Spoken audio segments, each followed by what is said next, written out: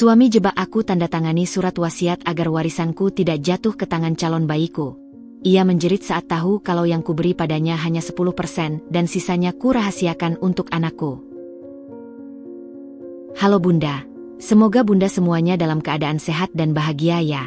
Sebelum masuk ke ceritanya, jangan lupa nyalakan subtitle dan absen terlebih dahulu ya. Bunda-bunda semua dari daerah mana saja? Jangan lupa like, komen, dan subscribe channel ini ya. Selamat menonton. Namaku Andin. Usiaku 27 tahun saat pertama kali bertemu Mas Reno.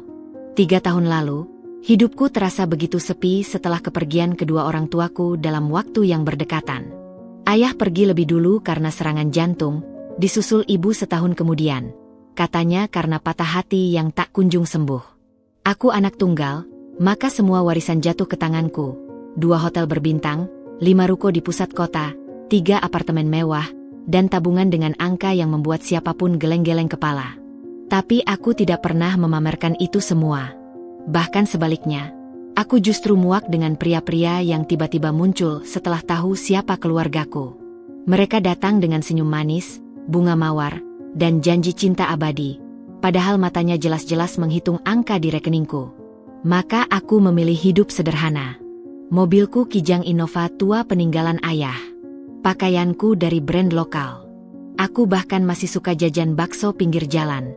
Bukan karena pelit, tapi karena aku ingin dilihat sebagai Andin, bukan sebagai anak konglomerat yang baru yatim. Mas Reno hadir di saat yang tepat.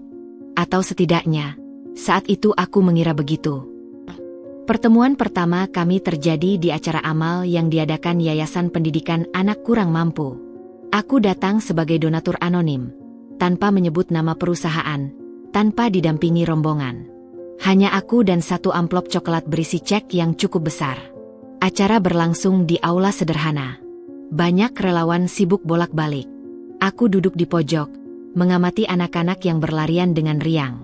Hatiku hangat, tapi juga perih mengingat ayah dan ibu yang dulu selalu mengajakku ke acara seperti ini. Sendiri. Aku menoleh. Seorang pria berdiri di sampingku, tersenyum ramah. Usianya sekitar 30 tahun, berkemeja putih lengan digulung, celana bahan gelap, dan sepatu pantofel yang sudah agak lusuh. Tidak seperti pria-pria lain di ruangan ini yang kebanyakan berdasi dan terlihat kaku, ia tampak santai. Matanya teduh, bening. Tidak seperti mata-mata serigala berbulu domba yang biasa kulihat. Iya, jawabku singkat. Boleh duduk? Tanyanya, tetap sopan. Aku mengangguk. Ia duduk di kursi di sampingku, menjaga jarak yang nyaman. Aku Reno, katanya sambil mengulurkan tangan. Andin, balasku, menjabat tangannya sebentar. Kami diam beberapa saat, menikmati keramaian anak-anak. Lalu ia berkata, kamu donatur juga? Aku menggeleng. Hanya kebetulan lewat. Aku selalu berbohong soal ini. Ia tersenyum. Aku relawan. Udah 3 tahun bantu-bantu di sini. Lumayan, bisa lihat anak-anak bahagia. Kerja di mana? Karyawan swasta. Biasa aja. Ia tertawa kecil. Gaji pas-pasan, tapi cukup buat hidup. Nggak perlu gengsi-gengsian. Aku tertarik. Bukan karena kata-katanya, tapi karena caranya mengatakannya. Santai. Tidak defensif. Tidak seperti pria lain yang selalu buru-buru menjelaskan jabatan dan gajinya agar terlihat hebat. Kamu tinggal di mana? Tanyaku. Kos-kosan di daerah sini. Kecil, tapi nyaman. Daripada ngontrak rumah gede sendiri, mending uangnya buat bantu-bantu anak-anak ini. Hatiku lumer. Acara usai, ia pamit. Tidak minta nomor telepon. Tidak minta diajak kenalan lebih lanjut. Hanya tersenyum dan berkata, semoga kita ketemu lagi, Andin. Aku mengangguk. Tapi dalam hati, aku berharap itu terjadi. 2 minggu kemudian, Tuhan sepertinya mendengar harapanku. Aku sedang duduk di kafe langgananku di kawasan Kemang, menyesap kopi susu sambil membaca buku. Hujan turun deras di luar. Orang-orang berlarian mencari tempat berteduh. Lalu aku melihatnya. Reno. Basah kuyup, menggigil, berdiri di emperan kafe karena kehujanan. Rambutnya basah menutupi dahi, kemeja putihnya transparan terkena air. Tanpa pikir panjang, aku mengetuk kaca jendela dan melambai. Ia menoleh, kaget, lalu tersenyum lebar. "Masuk sini," teriakku dari balik kaca. Beberapa detik kemudian, ia sudah duduk di depanku, handuk dari kafe melingkar di lehernya. "Makasih, Andin. Kamu penyelamat. Kebetulan aja. Ini hujan deras banget, gak mungkin kamu bertahan di luar." Kami ngobrol panjang. Tentang buku yang kubaca. Tentang pekerjaannya. Tentang hidup. Ia bercerita bahwa orang tuanya di kampung hanya petani. Ia merantau ke Jakarta sejak lulus SMA, bekerja keras hingga kini bisa hidup mandiri. "Aku nggak punya apa-apa, Andin," katanya jujur. "Tapi aku punya mimpi. Dan aku percaya, rezeki nggak akan kemana kalau kita kerja keras dan jujur." Aku terkesan. Pria ini berbeda. Tidak materialistis. Tidak gila harta. Ia bahkan tidak bertanya apa pekerjaanku atau keluargaku siapa. Hujan reda. Ia pamit. Lagi-lagi, tanpa minta kontak. Tapi kali ini, aku yang memberikannya. "Reno, ini nomorku. Kabari kalau kamu sampai rumah dengan selamat." Ia menerima kertas itu dengan hati-hati, seperti menerima benda berharga. "Makasih, Andin. Aku janji." Setelah itu, kami sering bertukar pesan. Percakapan sederhana. "Apa kabar? Lagi ngapain? Udah makan belum?" Tidak ada rayuan gombal. Tidak ada ajakan ketemu yang memaksa. Ia sabar. Perlahan. 2 bulan kemudian, ia mengajakku kencan pertama. Bukan ke restoran mahal, tapi ke pasar malam. Kami main lempar bola, naik biang lala, makan jagung bakar. Ia tertawa lepas saat aku gagal memenangkan boneka. "Gak apa-apa, nanti aku beliin yang beneran," katanya. "Gak usah, Reno. Aku senang kok di sini." Ia menatapku serius. "Kamu beda, Andin. Perempuan biasanya minta diajak ke tempat mewah. Kamu malah senang di pasar malam." Aku tersenyum. Karena aku suka yang sederhana. Ia menggenggam tanganku. Hangat. "Aku suka kamu, Andin. Bukan karena apa-apa. Tapi karena aku nyaman sama kamu. Boleh kita lanjut?" Aku mengangguk, dengan hati berbunga-bunga. Setahun kami berpacaran, aku belum pernah mengeluarkan uang sepeser pun. Reno selalu membayar semuanya. Makan di warteg, ia bayar. Nonton bioskop, ia yang beli tiket. Jalan-jalan ke luar kota, ia menabung berbulan-bulan sebelumnya. "Aku mau buktiin aku bisa," katanya suatu hari. "Aku nggak mau kamu mikir aku ini playboy yang cari-cari perempuan kaya." Aku tersentuh, lalu memutuskan untuk jujur. "Reno, aku harus ngomong sesuatu." Ia menatapku, siap mendengar apapun. Keluargaku bukan keluarga biasa. Papa punya beberapa hotel dan properti. Aku dapat warisan cukup banyak setelah mereka meninggal. Aku menunggu reaksinya. Biasanya, di titik inilah pria-pria itu berubah. Mata mereka akan berbinar, lalu mulai bertanya detail. Tapi Reno, ia diam sejenak, lalu menghela napas. "Makanya kamu suka sembunyi-sembunyi kalau soal uang." Aku mengangguk. Ia meraih tanganku. "Andin, denger ya. Aku nggak peduli kamu punya uang atau enggak. Aku suka kamu karena kamu baik, kamu tulus, kamu nggak sombong. Itu aja." Aku hampir menangis. "Tapi aku harus jujur," lanjutnya. "Aku cuma orang biasa. Gajiku pas-pasan. Aku nggak bisa kasih kamu hidup mewah. Yang bisa aku kasih cuma cinta dan kesetiaan. Itu lebih dari cukup, Reno." Malam itu, aku pulang dengan perasaan paling bahagia dalam hidupku. Pria ini berbeda. Pria ini tulus. Pria ini, atau begitulah yang aku pikirkan. Setahun kemudian, kami menikah. Akad nikah sederhana di masjid. Resepsi kecil di rumah peninggalan orang tuaku yang sudah kusulap. Reno tidak mau pesta besar karena katanya mubazir. Aku setuju. Bulan madu ke Eropa.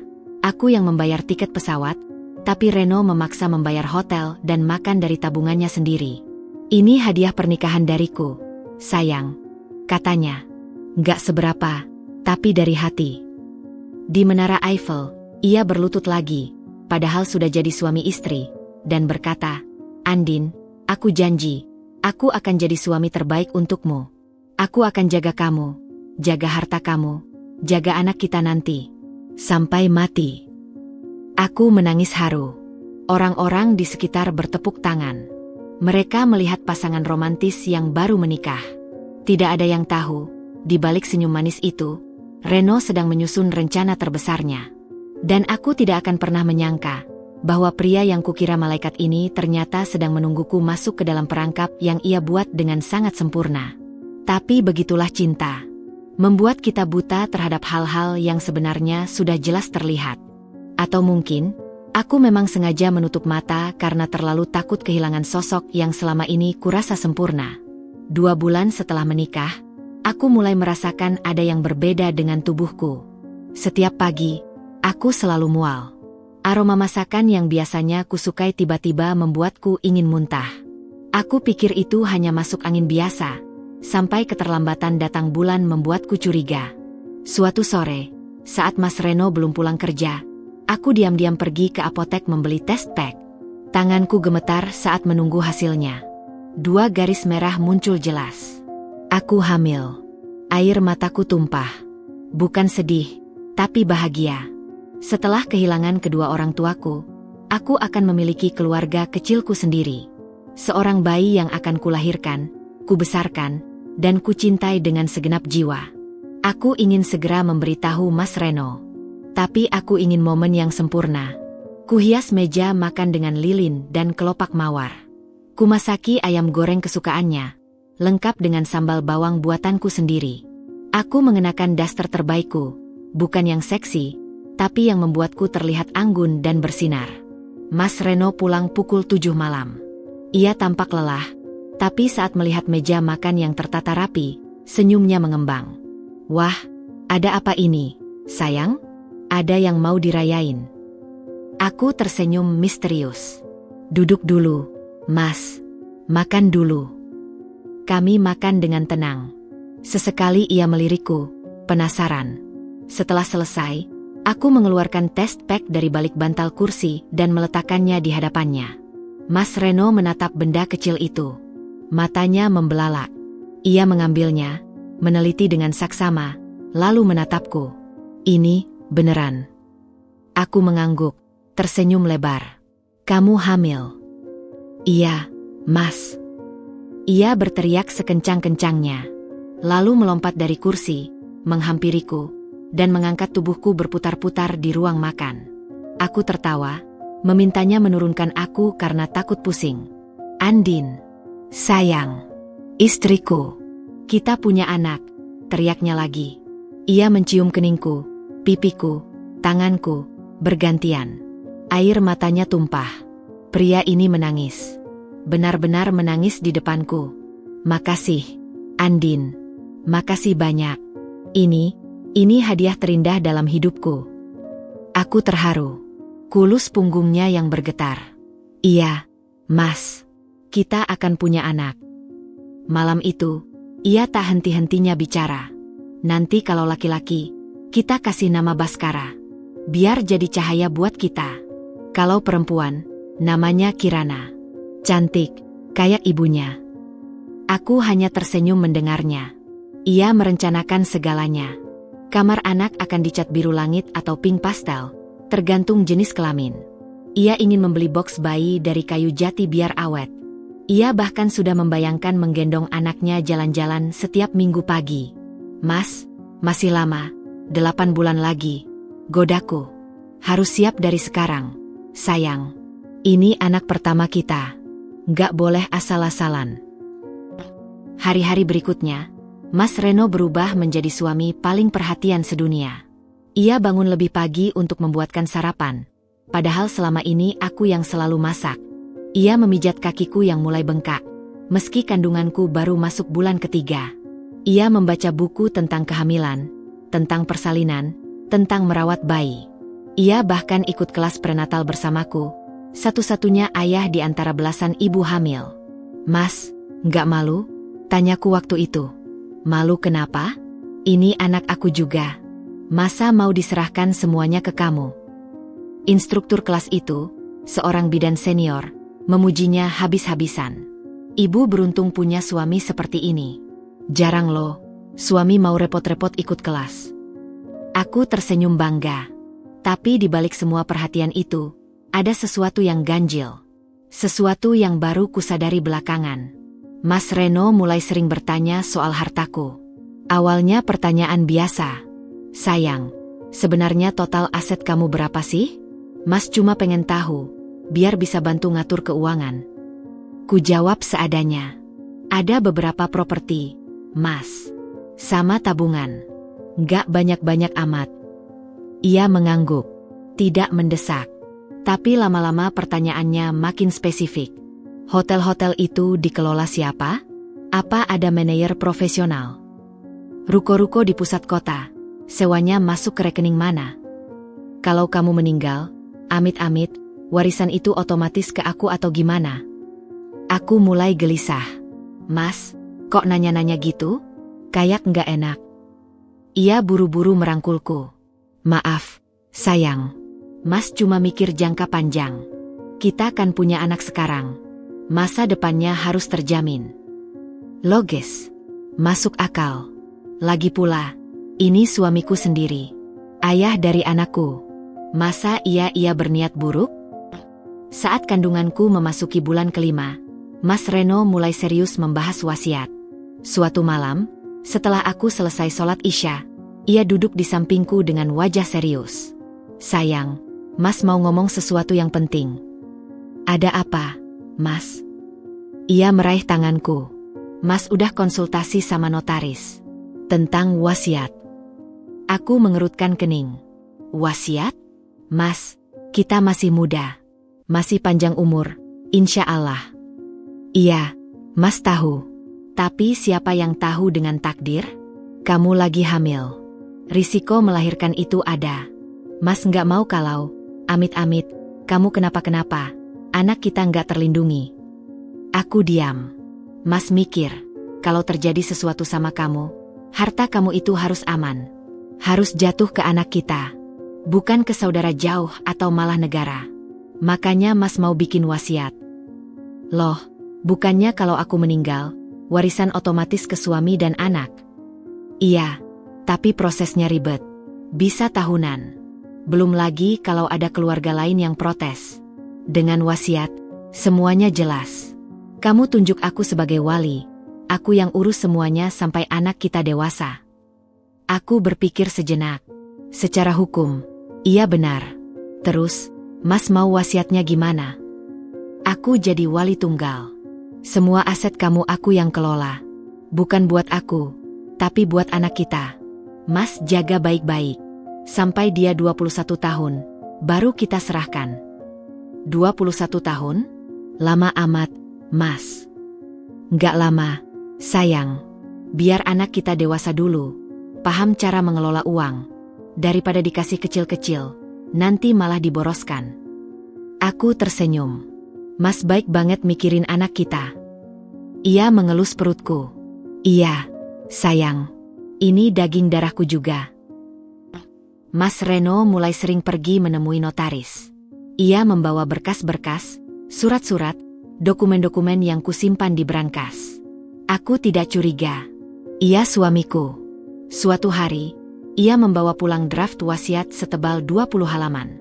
Ini draftnya, sayang. Baca pelan-pelan. Nanti kalau sudah setuju, kita tanda tangan di notaris. Aku menerimanya. Tapi mataku sudah lelah. Hamil 6 bulan membuatku mudah capek. Apalagi membaca dokumen hukum yang penuh istilah asing. Nanti aja, Mas. Aku baca besok. Iya, santai aja. Tapi keesokan harinya, aku lupa.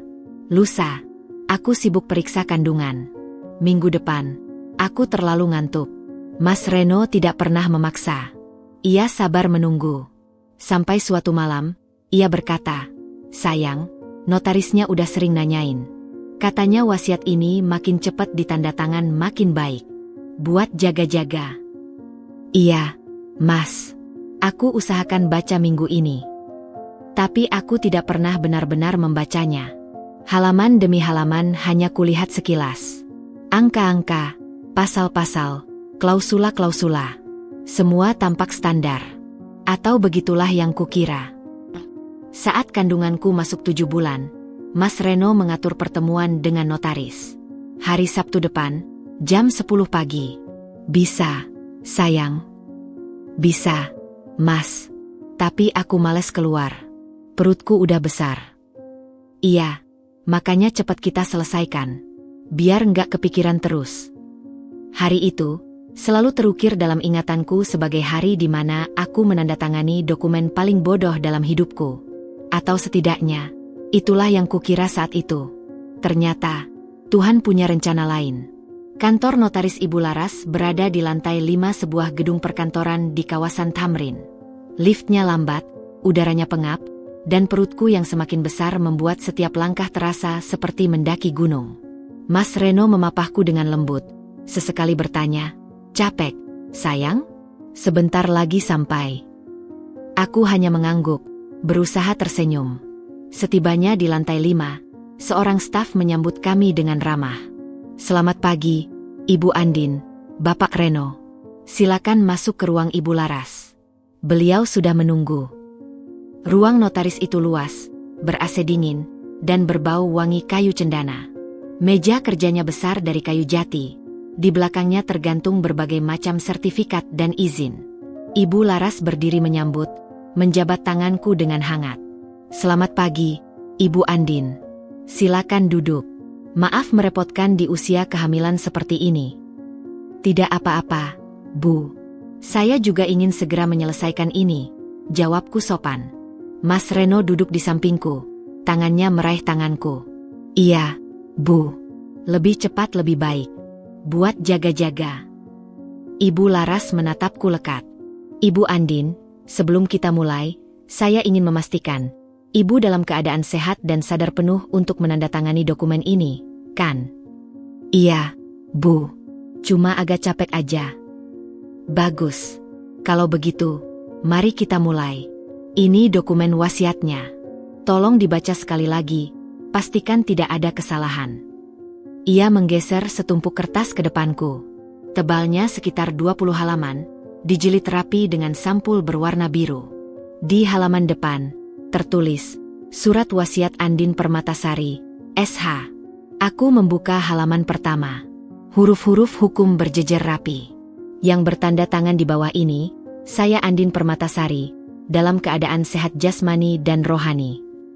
Mataku mulai berat. Hamil 7 bulan memang selalu membuatku mudah mengantuk. Apalagi di ruangan ber-AC dingin seperti ini. Halaman 15, "Itu identitas, sayang. Cepat dibaca," bisik Mas Reno. Aku mengangguk, membaca cepat. Nama, tempat tanggal lahir, alamat, semua benar. Halaman Juni 10, daftar aset. Mas Reno yang menyiapkan daftar ini. Ia memintaku menulis semua properti, tabungan, investasi, lengkap dengan nilainya. Aku menurut. Bagaimana tidak? Ia suamiku. Ayah dari anakku. Kulihat daftar itu. Hotel Grand Permatasari di Jalan Sudirman, nilai 250 miliar rupiah. Hotel Permatasari Resort di Bali, 180 miliar rupiah. 5 ruko di pusat kota, total 75 miliar rupiah. 3 apartemen di Kuningan dan SCBD, total 60 miliar rupiah. Tabungan dan deposito di 3 bank, total 120 miliar rupiah. Investasi reksadana dan saham, sekitar 50 miliar rupiah. Total, 735 miliar rupiah. Angka yang membuat siapapun geleng-geleng kepala. Angka yang membuat pria-pria berlutut. Angka yang, aku baru sadar, mungkin juga membuat suamiku sendiri silau. "Baca, sayang. Jangan lamun." Aku menoleh. Mas Reno tersenyum, tapi nada suaranya sedikit mendesak. Kulanjutkan membaca. Halaman November 14, penunjukan wali. Di sini tertulis bahwa aku menunjuk Reno Pratama, SC, sebagai wali tunggal anakku. Ia berhak mengelola seluruh harta hingga anakku berusia 21 tahun. Tampak standar. Halaman 15. Aku hampir melewatinya, tapi mataku menangkap satu kalimat. Dengan ini, pewasiat memberikan kuasa penuh kepada wali untuk mengelola, menjual, memindahtangankan, dan atau mengalihkan aset tanpa perlu persetujuan atau laporan periodik kepada pihak manapun, termasuk namun tidak terbatas pada pengadilan atau keluarga pewasiat. Aku mengerutkan kening. Mas, ini maksudnya. Itu standar, sayang. Biar Mas bisa gercep kalau mau jual aset buat keperluan anak kita. Nanti kalau harus minta persetujuan ini itu, ribet. Tapi tanpa laporan periodik, berarti Mas nggak perlu lapor kemana-mana. Nggak perlu. Evasion. Kamu kan percaya sama Mas. Aku diam. Logikanya, ya, aku percaya. Tapi ada yang mengganjal. Ibu Laras tiba-tiba bersuara. Ibu Andin, apakah Ibu ingin penjelasan lebih lanjut tentang klausula itu? Saya bisa menjelaskan. Bu, nggak usah. Istri saya udah mengerti. Kan, sayang? Potong Mas Reno cepat. Aku menatap Ibu Laras. Matanya seperti ingin mengatakan sesuatu. Tapi ia hanya mengangguk patuh. Iya, Pak. Tapi saya hanya menjalankan prosedur. Prosedur udah jalan. Kan udah dibaca. Tinggal tanda tangan. Aku bingung. Ada apa dengan Mas Reno? Ia biasanya tidak seemosional ini. Mas, kenapa buru-buru? Ia segera melunak. Tangannya mengelus punggungku. Maaf, sayang. Mas cemas. Kamu kelihatan capek. Mas nggak mau kamu kecapean. Cepet kita selesain. Terus pulang istirahat. Logis. Masuk akal. Lagi pula, aku memang capek. Oke, Mas. Aku balik ke halaman 15. Klausula itu tetap menggangguku. Tapi Mas Reno benar. Aku percaya padanya. Ia ayah anakku. Masa ia tega? Kulirik Ibu Laras sekali lagi. Ia menunduk, sibuk dengan kertas-kertasnya. Atau mungkin ia sengaja menunduk agar tidak melihat mataku? Aku tidak tahu. Yang ku tahu, tanganku sudah bergerak membubuhkan paraf di setiap halaman. Halaman 1, paraf. Halaman 5, paraf. Halaman 10, paraf. Halaman 15, paraf. Meski hatiku ragu. Halaman 20, halaman terakhir. Disinilah tanda tangan utama ditempatkan, di atas materai 10.000. Tanda tangan di sini, sayang. Mas Reno menunjuk sebuah garis putus-putus. Tangannya sudah memegang pulpen, mengarahkanku. Aku mengambil pulpen itu. Tanganku gemetar sedikit. Sayang. Mas Reno menatapku. Kenapa tanganmu gemetar? Kedinginan? Tanyanya lembut. Agak dingin, Mas. Ia segera melepas jaketnya dan menyampirkannya di bahuku. Cepet, sayang. Tanda tangan, terus kita pulang. Aku menarik napas, lalu membubuhkan tanda tangan. Andin Permatasari. Selesai. Mas Reno tersenyum lebar. Iya, gitu dong. Pinter. Ibu Laras mengambil dokumen itu. Baik, Bu Andin, Pak Reno. Wasiat ini akan saya simpan dan daftarkan. Salinannya akan saya berikan minggu depan. Nggak usah dikasih ke istri saya. Kasih ke saya aja. Nanti saya yang simpan, biar nggak ribet. Ibu Laras menatapku. Ibu Andin setuju. Aku mengangguk. Iya, Bu. Biar Mas Reno aja yang simpan. Ibu Laras menghela napas, hampir tak terdengar. Baik, kalau begitu. Di perjalanan pulang, aku tertidur di mobil. Mas Reno menyetir dengan tenang. Sesekali aku terbangun, melihatnya tersenyum kecil sambil sesekali melirik ke jok belakang. Mungkin ke map biru berisi wasiat itu. Senyumnya berbeda.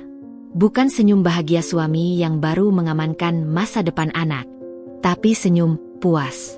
Senyum orang yang baru memenangkan pertarungan. Tapi aku terlalu lelah untuk berpikir. Sesampainya di rumah, ia memapahku ke kamar. Istirahat, sayang.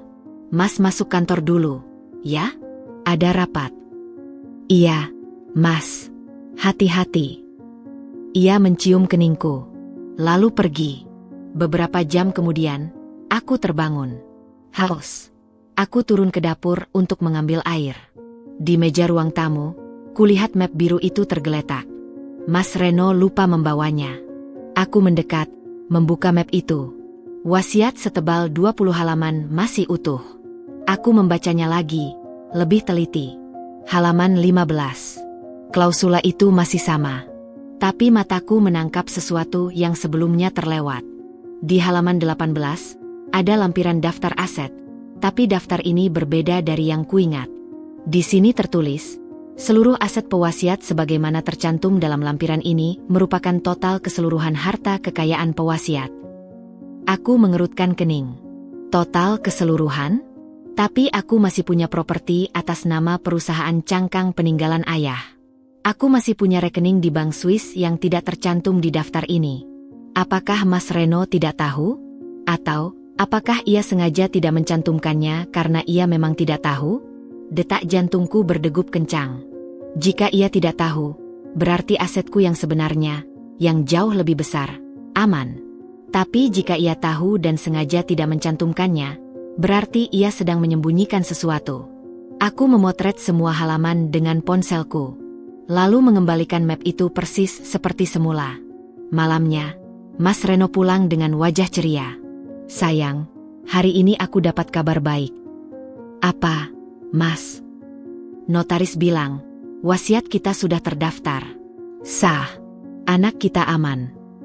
Ia memelukku erat, tapi pelukannya kali ini terasa berbeda. Mungkin karena aku mulai curiga. Atau mungkin karena pelukannya memang berbeda. Penuh kemenangan, bukan kehangatan. Mas senang banget. Iya, sayang. Mas tenang sekarang. Kalau terjadi apa-apa sama kamu, anak kita tetap terjamin. Mas nggak takut terjadi apa-apa sama Mas? Ia tertawa. Mas? Mas orang biasa. Nggak punya apa-apa. Mati juga nggak ada yang diwarisin. Aku tersenyum, tapi hatiku mulai dingin. Malam itu, saat ia tidur, aku membuka ponsel dan mengirim semua foto dokumen itu ke Pak Surya, pengacara keluarga. Beserta pesan, Pak, tolong cek ini. Ada yang aneh. Pak Surya membalas sejam kemudian, meski sudah larut malam. Bu Andin, saya sudah lihat sekilas. Ini wasiat sangat menguntungkan suami ibu. Ia punya kuasa penuh, tanpa kontrol. Saya sarankan ibu segera datang ke kantor. Kami perlu bicara. Aku membalas, Senin depan, Pak. Saya akan ke sana diam-diam. Kusimpan ponsel di bawah bantal.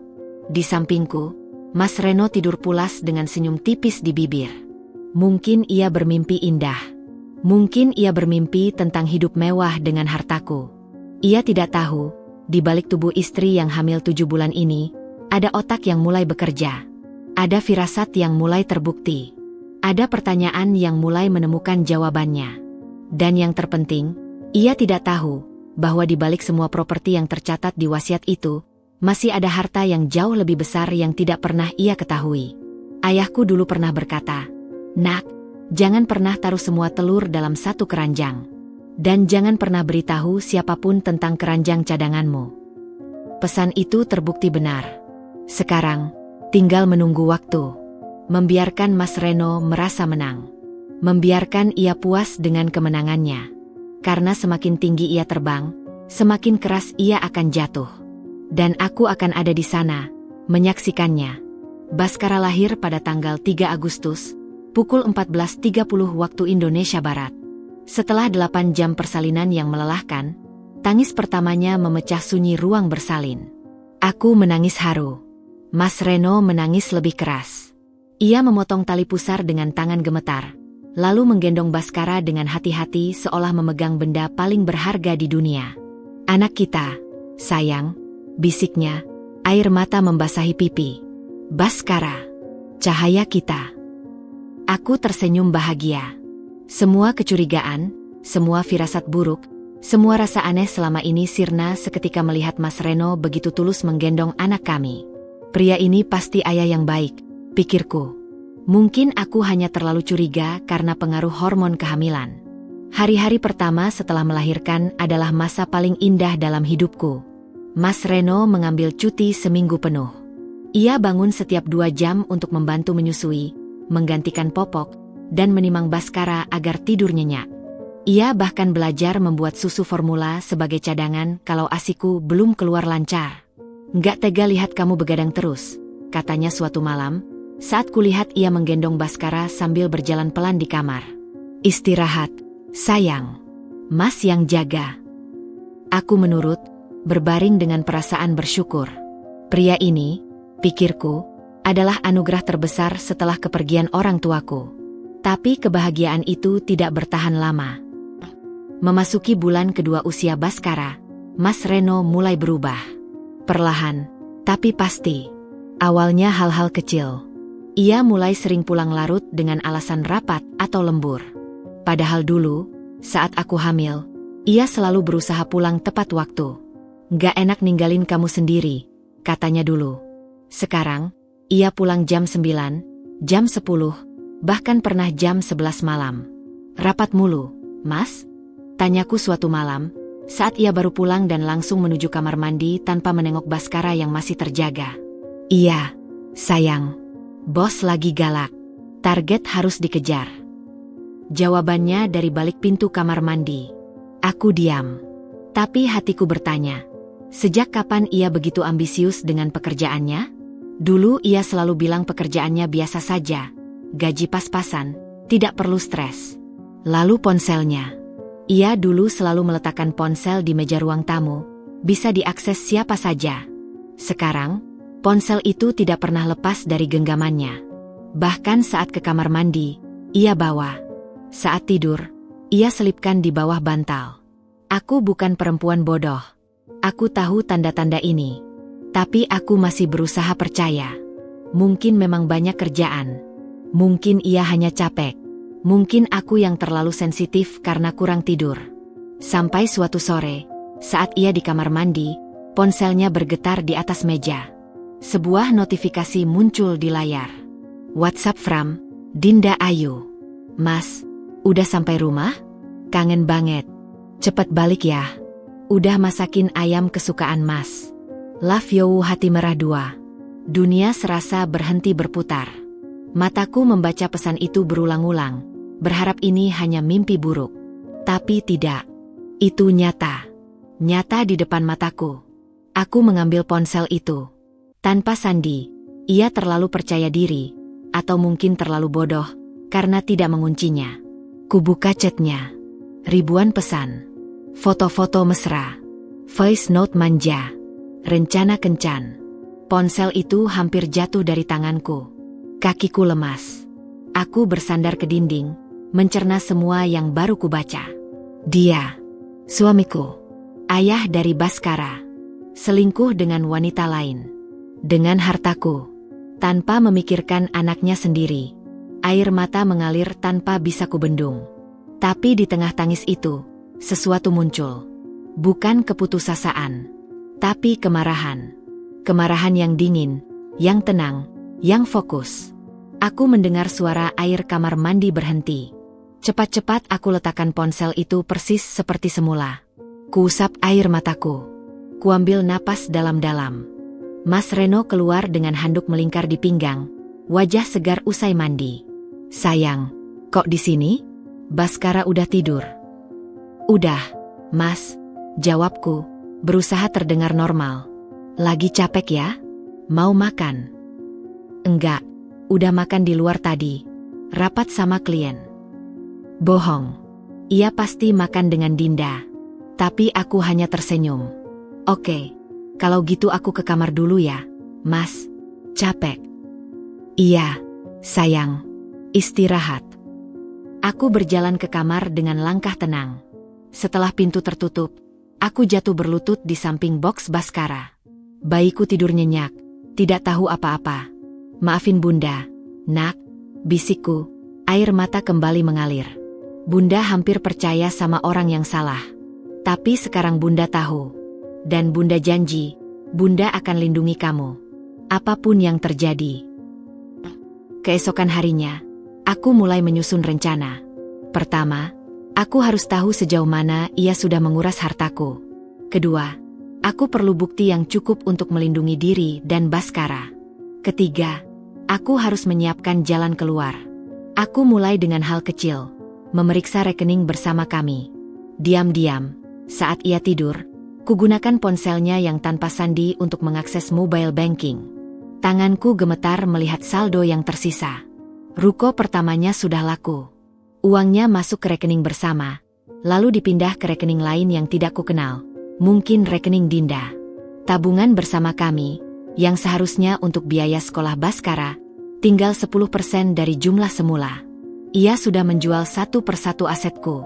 Pelan-pelan, agar tidak curiga. Tapi cukup cepat untuk membiayai hidup barunya dengan Dinda. Aku memotret semua bukti. Transfer, saldo, mutasi.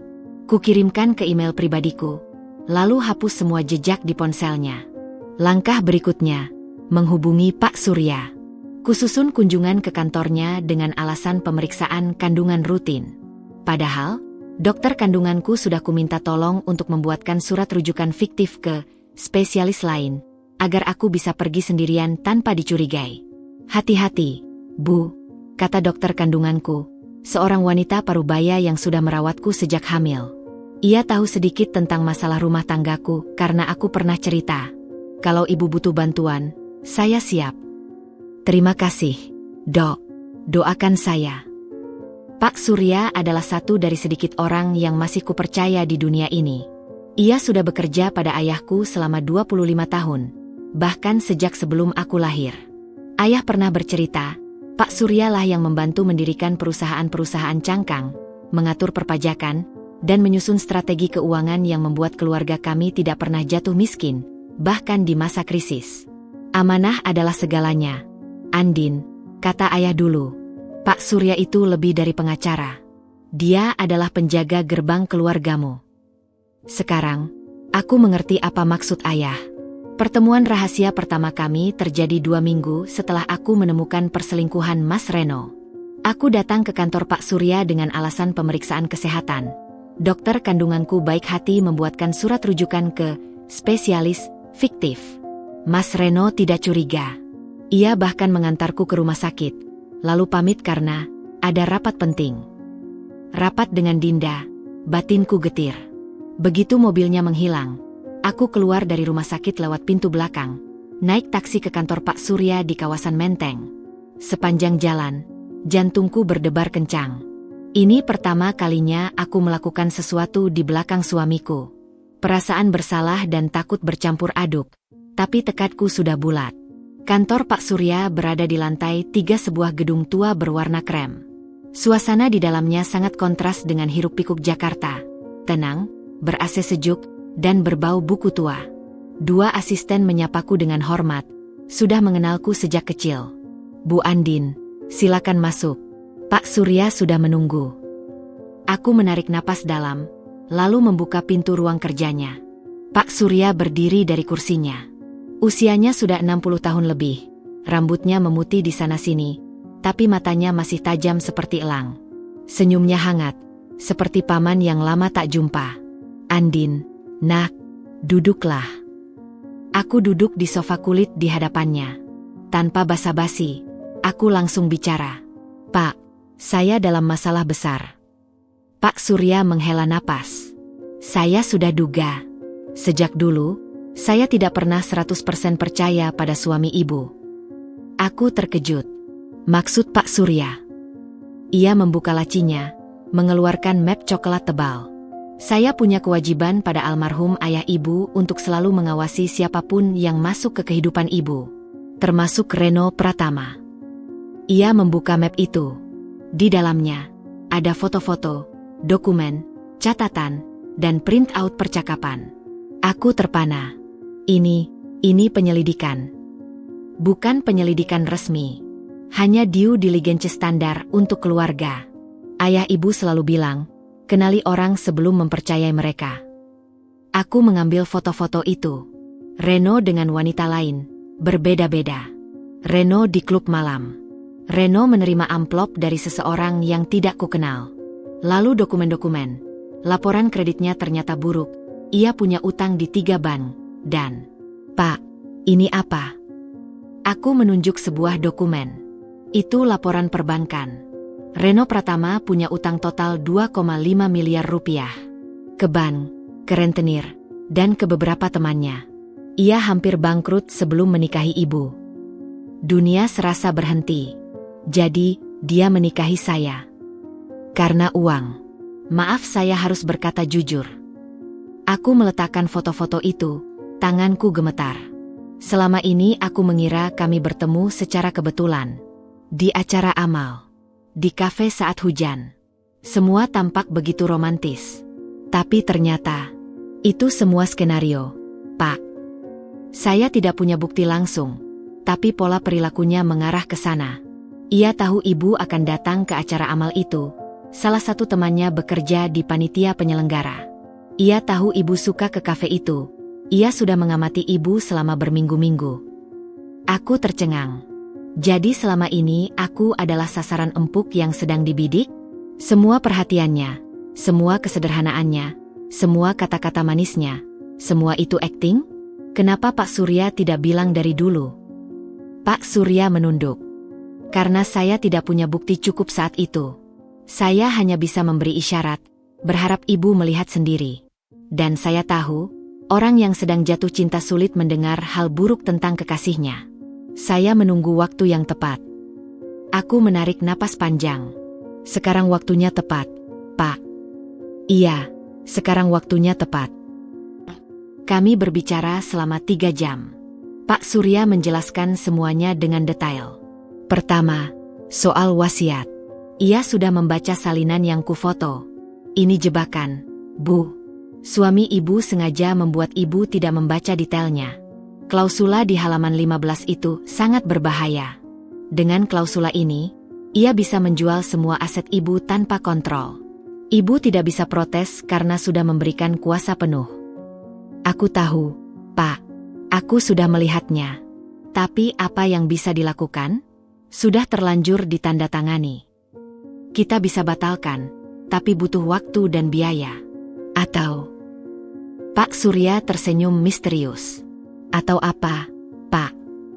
Ibu ingat aset yang tidak tercatat di wasiat itu? Aku mengangguk. Ayahku dulu memang sengaja menyembunyikan sebagian hartanya. Ada properti atas nama perusahaan cangkang di Singapura, Malaysia, dan Australia. Ada rekening di Bank Swiss dan Hong Kong. Ada investasi reksadana global yang dikelola manajer investasi independen. Semuanya tidak tercatat di laporan kekayaan resmi. Itulah penyelamat ibu, kata Pak Surya. Aset yang tercatat di wasiat itu, hotel, ruko, apartemen, tabungan, hanya sekitar 10% dari total kekayaan ibu yang sebenarnya. Aku terbelalak. 10%? Pak, itu hotel Grand Permatasari saja nilainya ratusan miliar. Iya, dan sisanya jauh lebih besar. Ayah ibu adalah jenius dalam menyembunyikan kekayaan. Beliau tidak pernah percaya pada sistem perbankan Indonesia sepenuhnya. Maka beliau diversifikasi ke luar negeri, ke aset-aset yang tidak mudah dilacak. Pak Surya membuka laptopnya dan menunjukkan spreadsheet. Aku melihat angka-angka yang membuatku sulit bernapas. Ini daftar aset ibu yang sebenarnya, Bu. Yang tidak diketahui siapapun, termasuk suami ibu. Mataku membaca baris demi baris. Properti di Orchard Road, Singapura, nilai 400 miliar rupiah. Apartemen di Kuala Lumpur, 150 miliar rupiah. Rumah di Gold Coast, Australia, 200 miliar rupiah. Rekening di Swiss, setara 500 miliar rupiah. Investasi global, 300 miliar rupiah. Dan masih banyak lagi. Totalnya, aku tidak sanggup menyebutkannya. Ini semua milik saya. Milik ibu. Dan sekarang, milik Baskara. Tapi hanya jika kita bergerak cepat. Pak Surya menjelaskan rencananya. Kami akan membuat sebuah perwalian, trust fund, di Singapura. Semua aset yang tidak tercatat akan dipindahkan ke dalam trust ini. Aku akan menjadi wali utama, Pak Surya sebagai pengawas independen, dan Baskara sebagai beneficiari tunggal. Mekanismenya begini, Ibu mentransfer semua aset ini ke perusahaan cangkang baru yang berbasis di Singapura. Perusahaan itu dimiliki oleh Trust. Ibu adalah pengendali Trust. Suami ibu tidak punya akses, tidak punya hak, bahkan tidak akan pernah tahu keberadaannya. Bisa, Pak, aman dari hukum. Sepenuhnya legal. Ini biasa dilakukan oleh keluarga kaya untuk menghindari sengketa waris. Bedanya, kita lakukan diam-diam. Suami ibu tidak akan tahu karena semua dokumen asli ada di sini. Ia bahkan tidak tahu bahwa aset-aset ini ada. Aku berpikir sejenak. Tapi kalau nanti aku meninggal, itu sudah diatur. Jika ibu meninggal, Trust akan dikelola oleh Dewan Pengawas yang saya tunjuk. Mereka akan mengelola aset ini sampai Baskara berusia 25 tahun. Setelah itu, Baskara bisa mengambil alih. Suami ibu tidak akan mendapat sepeser pun, kecuali ibu secara tegas menghibahkan di kemudian hari. Aku terharu. Ayahku, bahkan dari alam sana, masih melindungiku. Baik, Pak. Saya setuju. Kapan kita mulai? Semakin cepat semakin baik. Tapi kita harus hati-hati. Suami ibu pasti curiga kalau ibu sering keluar sendiri. Kita perlu alasan. Aku tersenyum. Aku punya alasan. Bulan depan ada pemeriksaan kandungan lagi. Plus aku bisa bilang ikut arisan atau pengajian. Bagus. Tapi ada satu lagi, Bu. Apa? Pak Surya menghela napas. Saya perlu ibu mengumpulkan bukti. Bukti perselingkuhan. Bukti penggelapan. Bukti niat jahat. Kalau suatu hari kita harus ke pengadilan, itu akan sangat membantu. Aku mengangguk tegas. Sudah saya lakukan, Pak. Saya punya foto-foto, rekaman percakapan, dan bukti transfer uang dari rekening bersama ke wanita lain. Pak Surya terkejut. Ibu sudah menyewa detektif. Iya, Pak. Saya tidak mau jadi korban terus. Pak Surya tersenyum bangga. Andin, ibu benar-benar anak ayah ibu. Beliau pasti bangga. Pertemuan kedua terjadi 2 minggu kemudian. Kali ini di rumah Pak Surya, bukan di kantor, untuk menghindari kecurigaan. Aku datang dengan alasan pengajian mingguan di masjid dekat rumahnya. Alasan yang masuk akal karena Mas Reno tahu aku memang suka ikut pengajian. Di ruang tamu rumah Pak Surya yang sederhana, kami menandatangani dokumen-dokumen perwalian. Tumpukan kertas setebal kamus itu kubaca satu persatu, tidak seperti wasiat dulu. Pak Surya menjelaskan setiap pasal dengan sabar. Ini klausula yang menyatakan bahwa ibu adalah satu-satunya wali dengan hak veto atas semua keputusan investasi. Ini klausula bahwa suami ibu tidak tercantum sebagai penerima manfaat dalam kondisi apapun. Ini klausula bahwa jika ibu meninggal, Dewan Pengawas akan mengambil alih sampai Baskara berusia 25 tahun. Di setiap halaman, aku membubuhkan paraf. Di halaman terakhir, aku menandatangani dengan tinta biru. Selesai. Pak Surya menyimpan dokumen itu di brankas besarnya. Ini aman, Bu. Tidak akan ditemukan siapapun, kecuali ibu sendiri yang membuka. Aku menghela napas lega. Terima kasih, Pak. Saya tidak tahu harus membalas budi bagaimana. Tidak perlu, Bu. Saya hanya menjalankan amanah almarhum. Beliau dulu bilang, Surya, kalau suatu hari Andin dalam masalah, tolong dia. Jangan biarkan dia sendiri. Sekarang saya lakukan itu. Air mataku hampir tumpah. Ayah, aku kangen. Pak Surya meraih tanganku. Beliau pasti menjaga ibu dari sana. Dan beliau pasti bangga melihat ibu kuat. Dalam perjalanan pulang, pikiranku penuh dengan skenario. Mas Reno sekarang merasa menang. Ia pikir wasiat itu mengunci 100% hartaku. Ia pikir ia bisa menjual asetku satu persatu tanpa aku tahu. Ia tidak tahu, yang ia kuasai hanya 10%. Dan 10% itu pun perlahan-lahan ia jual dan habiskan untuk Dinda. Biarkan, pikirku. Biarkan ia foya-foya. Biarkan ia merasa kaya. Karena semakin tinggi ia terbang, semakin keras ia akan jatuh. Dan ketika itu terjadi, aku akan ada di sana, menyaksikannya dengan tenang. Sesampainya di rumah, Mas Reno sudah pulang. Ia duduk di ruang tamu, menatapku dengan senyum. Lama amat pengajiannya, sayang. Iya, Mas. Habis ngaji, ada kajian khusus tentang parenting.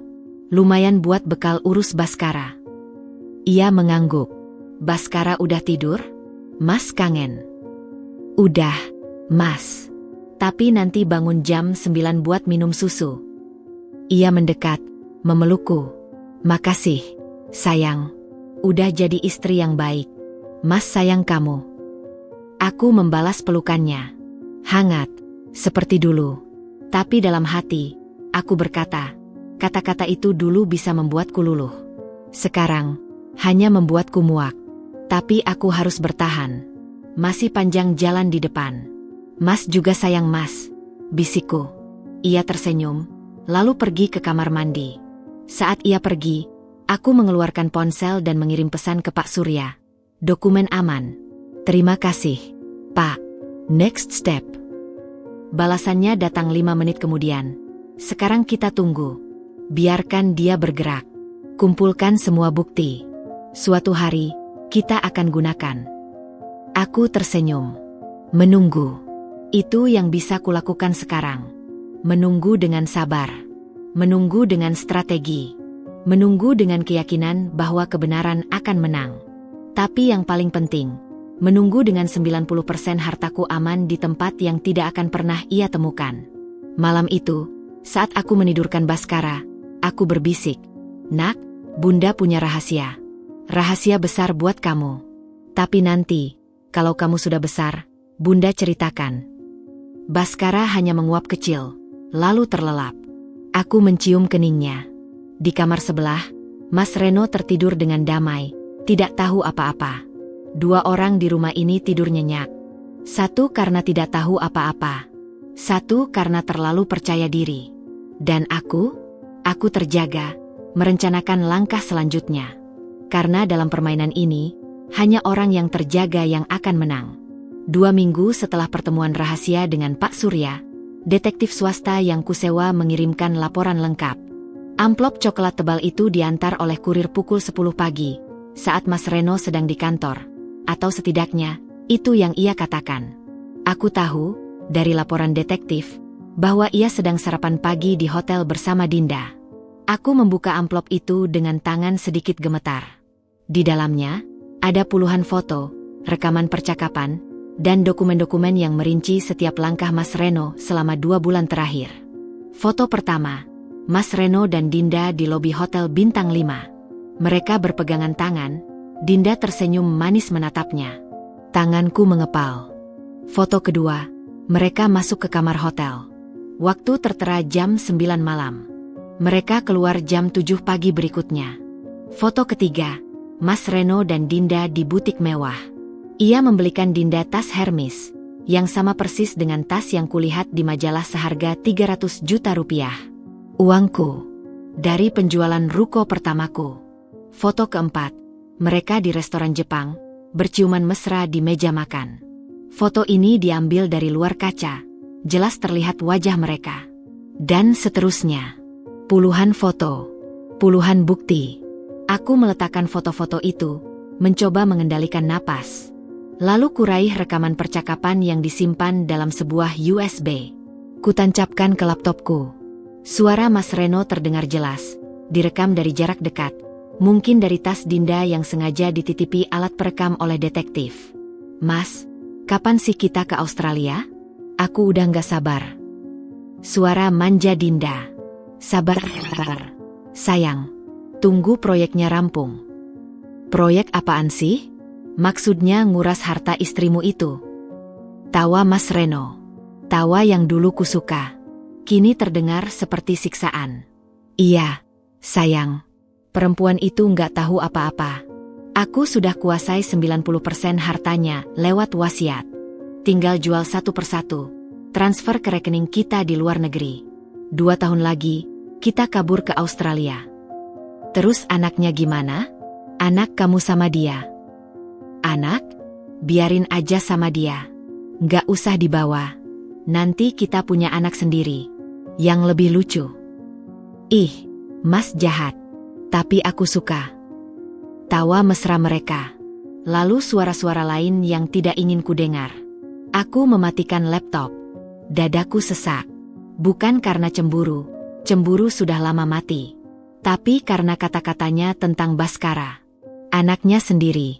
Gak usah dibawa. Biarin aja sama dia. Air mataku tumpah. Bukan untuk diriku. Tapi untuk Baskara. Bayiku yang tak berdosa. Yang tidak tahu bahwa ayahnya sendiri tega meninggalkannya. Aku menggendong Baskara yang sedang terbangun. Ia menatapku dengan mata bulatnya, lalu tersenyum. Senyum yang sama dengan senyum Mas Reno. Tapi senyum Baskara murni, tanpa tipu daya. Maaf, nak, bisikku. Bunda harus tega. Bukan buat bunda, tapi buat kamu. Laporan detektif itu juga berisi dokumen keuangan yang sangat detail. Ternyata, selama setahun terakhir, Mas Reno sudah menjual 3 dari 5 rukoku. 1 apartemen di Kuningan juga laku. Uangnya mengalir ke rekening bersama, lalu dipindah ke rekening atas nama Dinda Ayu Lestari, dan sebagian lagi ke rekening di Singapura yang tidak kukenal. Total yang sudah dikuras, 125 miliar rupiah. Aku hampir pingsan membaca angka itu. Bukan karena nilainya, aku masih punya 90% sisanya yang aman. Tapi karena pengkhianatan ini. Ia tidak hanya selingkuh. Ia juga mencuri dari anaknya sendiri. Di halaman terakhir laporan, detektif itu menulis catatan. Ibu Andin, berdasarkan pengamatan kami, subjek, Reno Pratama, dan saksi, Dinda Ayu Lestari, berencana menikah siri di Bandung bulan depan. Setelah itu, mereka akan mengurus visa dan tiket ke Australia. Rencana keberangkatan, 3 bulan lagi. Mereka sudah membeli tiket pesawat untuk tanggal 15 Desember. Tanggal 15 Desember. 3 bulan lagi. Aku melihat kalender. Hari ini 1 September. Berarti aku punya waktu 3 bulan untuk menyelesaikan semua persiapan. 3 bulan untuk memastikan kehancuran mereka sempurna. Pak Surya memanggilku ke kantornya keesokan harinya. Kali ini dengan alasan rapat yayasan. Mas Reno tahu aku aktif di yayasan sosial peninggalan ibuku, jadi tidak curiga. Di ruang kerjanya, aku menyerahkan semua bukti dari detektif. Pak Surya membaca satu persatu dengan teliti. Wajahnya semakin lama semakin keras. Ini sudah lebih dari cukup, Bu, katanya akhirnya. Dengan bukti ini, kita bisa hancurkan dia di pengadilan. Penggelapan, penipuan, perselingkuhan, semua bisa dipidanakan. Tapi saya tidak mau repot-repot ke pengadilan, Pak. Saya mau sesuatu yang lebih manis. Pak Surya menatapku. Maksud Ibu? Aku tersenyum tipis. Biarkan ia terus menjual aset. Biarkan ia mengirim uang ke Dinda. Biarkan ia percaya bahwa rencananya berjalan mulus. Sampai pada titik di mana ia merasa paling menang, paling pintar, paling hebat. Lalu di saat itulah, kita hancurkan. Pak Surya tersenyum kagum. Ibu benar-benar murid almarhum ayah ibu. Beliau dulu juga suka bermain panjang. Tidak pernah menyerang saat lawan masih siaga. Selalu menunggu sampai lawan lengah. Iya, Pak. Saya belajar dari yang terbaik. Pak Surya menghela napas. Tapi ada satu hal yang perlu Ibu persiapkan. Mental. Hidup dengan orang yang kita benci. Tidur satu ranjang. Memasak untuknya. Tersenyum padanya, itu tidak mudah. Apakah Ibu sanggup? Aku diam sejenak, lalu mengingat wajah Baskara. Senyumnya, tawanya, masa depannya. Saya sanggup, Pak, demi anak saya. Pak Surya mengangguk. Baik, kalau begitu, kita mulai babak berikutnya. Ibu akan berakting. Berakting sebaik mungkin. Tunjukkan pada dunia bahwa Ibu adalah istri yang bodoh dan tidak tahu apa-apa. Aku tersenyum. Sudah saya lakukan, Pak, selama ini. Bagus. Sekarang, tingkatkan.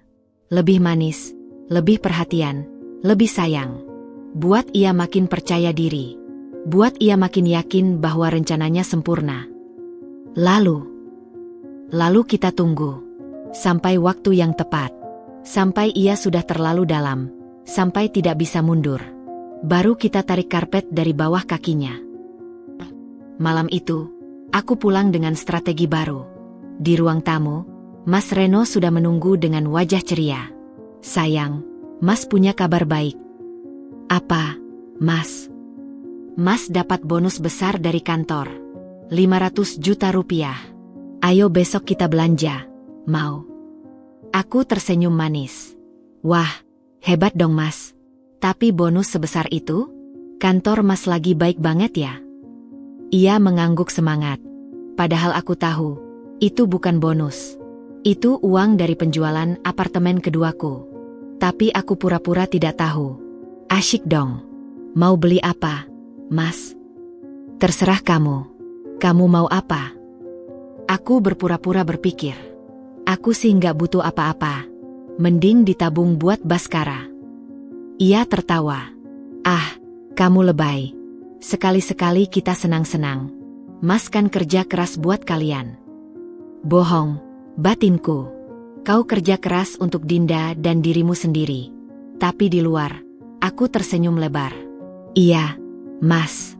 Makasih ya. Mas baik banget. Ia menarikku ke pelukannya. Mas sayang kamu, Andin. Kamu istri terbaik. Aku membalas pelukannya. Hangat, lembut, seperti dulu. Tapi tanganku, yang melingkar di punggungnya, sebenarnya ingin mencekik lehernya. Hari-hari berikutnya, aku menjalani peran ganda. Di depan Mas Reno, aku istri bodoh yang penuh cinta. Aku masak makanan kesukaannya. Aku pijat kakinya yang lelah. Aku tersenyum setiap ia pulang larut. Aku bahkan bertanya kabar, Dinda, dengan polos saat tidak sengaja melihat namanya di ponselnya. Ah, itu karyawati baru, sayang. Lagi banyak tugas, jadi sering chat. Ya ampun, kasihan. Mampir ke rumah sini kalau lagi kecapean. Mas, aku bikinin makan. Ia menatapku heran. Mungkin tidak percaya ada istri setolol ini. Tapi di belakangnya, aku sibuk mengumpulkan bukti. Setiap malam, saat ia tidur, aku membuka ponselnya yang tanpa sandi dan memfoto semua percakapannya dengan Dinda. Setiap transfer uang, ku catat. Setiap rencana, ku rekam. Pak Surya juga terus bekerja. Trust fund untuk Baskara sudah final. Semua aset rahasia sudah dipindahkan ke Singapura. Aku sekarang secara resmi hanya memiliki 10% dari kekayaanku yang asli, yang sedang dijarah Mas Reno. Biarkan, pikirku. Biarkan ia mencuri 10% itu. Harga yang murah untuk membeli kebebasan dan masa depan anakku. 2 bulan berlalu. Mas Reno semakin percaya diri. Ia sering pulang dengan barang-barang mahal. Arloji baru, sepatu baru, bahkan pernah membawa mobil baru tanpa sepengetahuanku. Ini mobil operasional dari kantor. Sayang, katanya. Aku tersenyum. Padahal aku tahu dari laporan detektif, ia membeli mobil itu dari uang hasil penjualan ruko keempat. Dan mobil itu untuk Dinda, bukan untukku. Bagus, Mas. Kantornya baik banget ya? Iya, dong. Mas kan karyawan teladan. Suatu malam, ia mengajakku bicara serius. Sayang, Mas mau ngomong sesuatu. Apa, Mas? Mas ditawarin kerja di Australia. Gajinya besar. Mas mikir, kita pindah aja ke sana. Baskara bisa sekolah di sana, hidupnya lebih enak. Aku pura-pura terkejut. Wah, serius, Mas? Iya, Mas udah urus tiket. Tanggal 15 Desember kita berangkat. Tanggal 15 Desember. Sama dengan yang detektif katakan. Tapi ia bilang, kita. Padahal dalam rekaman, ia bilang hanya akan pergi dengan Dinda. Mas, aku ikut. Iya, sayang. Kamu dan Baskara. Kita sekeluarga. Sekeluarga. Kata itu terasa seperti pisau di hatiku. Ia berbohong di depan mataku, dengan wajah paling tulus sedunia. Asyik dong, Mas. Aku senang. Ia memelukku. Makasih, sayang. Udah mau ikut Mas kemanapun. Dalam pelukannya, aku tersenyum dingin. Ya, Mas. Aku akan ikut kemanapun kamu pergi. Tapi mungkin bukan ke Australia yang kamu maksud. Malam itu, setelah ia tidur, aku mengirim pesan ke Pak Surya. Pak, tanggal 15 Desember. Ia mau ajak aku dan Baskara ke Australia. Tapi dalam rekaman, ia mau kabur dengan Dinda. Pak Surya membalas, berarti ia punya dua rencana. Mungkin Dinda akan menyusul, atau mungkin ia akan meninggalkan ibu di sana. Kita antisipasi. Apa rencana kita, Pak? Kita akan hadir di bandara, tepat saat ia check-in, dengan semua bukti, dan dengan polisi. Aku tersenyum di gelap. Terima kasih, Pak. Kupandangi Mas Reno yang tidur pulas di sampingku. Napasnya teratur, sesekali mendengkur kecil. Wajahnya tenang, seperti orang tanpa dosa. Tapi aku tahu apa yang bersembunyi di balik wajah itu. Aku tahu rencananya. Aku tahu impiannya. Aku tahu kebohongannya. Dan yang paling penting, aku tahu bahwa ia tidak tahu apa-apa tentang rencanaku. Tidurlah, Mas. Tidur nyenyak. Nikmati sisa-sisa kemenanganmu. Karena sebentar lagi, kamu akan terbangun dan mendapati duniamu hancur berkeping-keping. Aku memejamkan mata, tersenyum dalam gelap. Untuk pertama kalinya dalam berbulan-bulan, aku tidur dengan tenang. September berganti Oktober. Oktober menuju November. Daun-daun di pohon depan rumah mulai menguning. Tapi hatiku semakin dingin membeku. Setiap hari adalah pertunjukan. Setiap senyum adalah kebohongan. Setiap kata, sayang, yang kuucapkan adalah pedang yang menikam lidahku sendiri. Tapi aku harus bertahan. Demi Baskara. Mas Reno semakin tidak hati-hati. Ia sering telepon dengan Dinda di depanku, hanya berpaling sedikit, dengan suara setengah berbisik. Ia pikir aku bodoh. Ia pikir aku tidak tahu. Ayam gorengnya enak, sayang, katanya suatu sore, usai melahap masakanku. Kamu memang jago masak. Aku tersenyum. Senang kalau Mas suka. Ponselnya bergetar. Ia melihat layar, lalu berdiri. Sebentar, sayang. Telepon kantor. Ia pergi ke halaman belakang. Tapi suaranya terbawa angin. Iya, sayang, nanti kita beli, kamu mau yang mana? Iya, terserah kamu. Sayang. Panggilan yang sama untukku dan untuknya. Aku mengambil ponselku dan merekam. Bukan untuk bukti, sudah banyak. Tapi untuk pengingat. Pengingat bahwa aku tidak boleh lemah. Pengingat bahwa pria ini tidak pantas mendapatkan ampun. Di luar rumah, hidupku berjalan normal. Arisan, pengajian, pemeriksaan Baskara ke dokter anak. Semua orang melihatku sebagai istri yang beruntung. Suami mapan, anak lucu, hidup berkecukupan. Tidak ada yang tahu bahwa di balik pintu rumah mewah ini, aku sedang berperang. Bahkan sahabatku, Lani, tidak tahu. Ia sering bertanya, Din, kamu kok kurusan? Sakit? Aman, Lan. Lagi diet, jawabku. Mas Reno baik-baik aja. Baik, baik banget. Lani tersenyum percaya. Aku tersenyum lebih lebar. Disinilah letak kekuatanku. Tidak ada yang curiga. Tidak ada yang tahu. Aku menjalani peran ini dengan sempurna. Seperti aktris papan atas yang sedang memainkan peran seumur hidup. Pertemuan dengan Pak Surya semakin sering. Setiap 2 minggu sekali, aku menyelinap ke rumahnya dengan alasan berbeda-beda. Pengajian, arisan, seminar parenting, kontrol kandungan. Mas Reno tidak pernah curiga. Ia terlalu sibuk dengan Dinda dan rencana besarnya. Semua dokumen sudah siap, Bu, kata Pak Surya suatu sore, menunjukkan map tebal. Trust fund di Singapura sudah aktif. Semua aset rahasia sudah aman. Baskara akan menerima laporan tahunan nanti setelah dewasa. Terima kasih, Pak. Saya tidak tahu harus membalas budi bagaimana. Jangan berkata begitu, Bu. Saya hanya melakukan kewajiban. Tapi ada satu hal lagi yang perlu Ibu tahu. Apa? Pak Surya membuka laptopnya. Saya mendapat informasi dari kolega di imigrasi. Suami Ibu sudah mengurus paspor baru untuk dirinya sendiri. Dan tiket pesawatnya. Ia menunjukkan layar. Tiket atas nama Reno Pratama dan Dinda Ayu Lestari. Penerbangan ke Sydney, 15 Desember, pukul 20. Kelas bisnis. Tidak ada nama ibu. Tidak ada nama Baskara. Aku sudah tahu. Tapi tetap saja, mendengarnya secara resmi seperti ini membuat dadaku sesak. Jadi ia memang tidak pernah berniat membawa kami. Iya, Bu.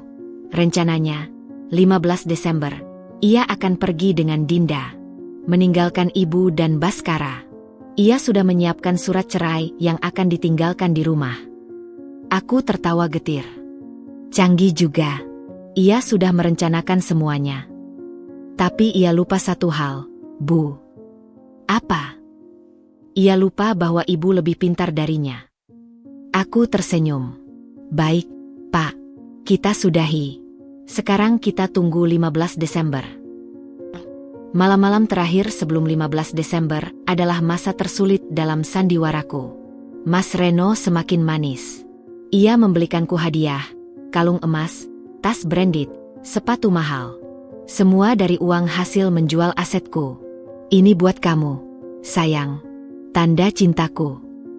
Aku menerimanya dengan senyum. Makasih, Mas. Sayang banget. Ia memelukku erat. Maaf kalau Mas akhir-akhir ini sibuk. Udah mau akhir tahun, banyak deadline. Enggak apa-apa, Mas. Aku ngerti. Di pelukannya, aku membayangkan 15 Desember. Hari di mana ia akan berdiri di bandara, paspor di tangan, tiket di saku, Dinda di sampingnya, lalu melihatku datang dengan senyum. Dan di belakangku, polisi. Aku hampir tidak sabar. Tanggal 10 Desember, 5 hari sebelum hari. Mas Reno pamit dinas luar kota. Seminggu, sayang. Urusan kantor di Surabaya. Iya, Mas. Hati-hati. Ia mencium keningku, lalu kening Baskara. Bye, nak. Ayah pergi dulu. Baskara, yang baru 9 bulan, melambai-lambai kecil dengan tangannya. Ia belum tahu apa-apa. Ia hanya tahu ayahnya pergi, dan ia akan menunggu. Setelah mobilnya hilang, aku segera menghubungi Pak Surya. Pak, ia pergi. Katanya ke Surabaya, tapi pasti ke Dinda. Saya tahu, Bu. Detektif melaporkan ia check-in di hotel tempat Dinda menunggu. Mereka akan, bulan madu, sebelum keberangkatan. Aku menggeleng. Biarkan. Justru itu lebih baik. Ia tidak akan curiga. Persiapan di bandara bagaimana, Pak? Semua sudah. Polisi dari Polda Metro siap. Saya sudah bicara dengan Direktur Reserse Kriminal Umum. Kasus penggelapan dan penipuan ini cukup berat. Minimal 10 tahun penjara. Aku menarik napas lega. Terima kasih, Pak. Tapi ibu harus siap secara mental. Ini akan berat. Aku siap, Pak. Sudah setahun aku bersiap. Tanggal 14 Desember malam. Mas Reno pulang dari Surabaya dengan wajah ceria. Ia membawa oleh-oleh, kue lapis legit yang katanya khas Surabaya. Ini, sayang. Mas ingat kamu suka. Aku tersenyum. Makasih, Mas. Capek? Mau makan? Enggak, udah makan di pesawat. Ayo kita ngobrol. Kami duduk di ruang tamu. Ia menggenggam tanganku. Sayang, besok kita berangkat ke Australia. Semua sudah siap. Sudah, Mas. Koper sudah packing. Paspor Baskara juga sudah. Ia mengangguk puas. Bagus. Mas senang kita akan memulai hidup baru di sana. Mas, aku mau tanya. Apa, sayang? Kamu bahagia sama aku? Ia terkejut. Kok nanya gitu? Iya, dong. Mas bahagia banget. Beneran. Ia menarikku ke pelukannya. Beneran.